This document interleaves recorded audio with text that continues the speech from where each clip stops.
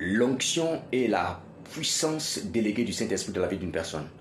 L'onction est la capacité surnaturelle que le Saint-Esprit emmène dans la vie d'une personne. L'onction est le potentiel que le Saint-Esprit donne à une personne de réussir dans un domaine.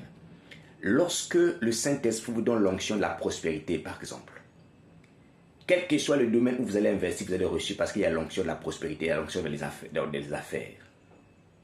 Lorsque le Saint-Esprit vous donne une onction de guérison, vous allez prospérer, c'est le potentiel de prospérer dans le domaine de la guérison divine. Lorsque le Saint-Esprit donne l'onction de l'enseignement, c'est le potentiel de réussir dans le domaine de l'enseignement de la parole. Bien-aimé, maintenant écoute-moi. La première personne à avoir reçu l'onction sur la terre s'appelle Adam. Dieu avait donné à Adam l'onction de la domination, en grec exousiazo, qui veut dire exercer l'autorité. Mais lorsque Dieu a donné à Adam l'onction de la domination, cette onction était accompagnée de 5 ordres, que j'appelle les 5 commandements de l'onction. Quiconque porte une onction divine doit connaître les 5 commandements de l'onction. Le premier commandement de l'onction, Dieu dit à Adam, il dit soyez féconds. Le mot fécondité ici, ça veut dire promouvoir le royaume, porter du fruit.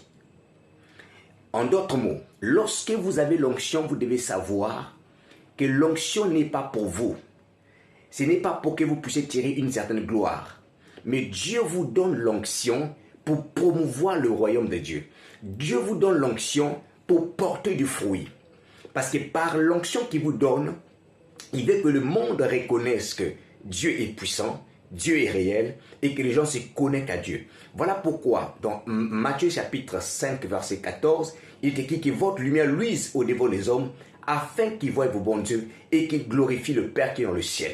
Que votre onction puisse luire, puisse porter du fruit afin que le royaume soit promu dans les nations.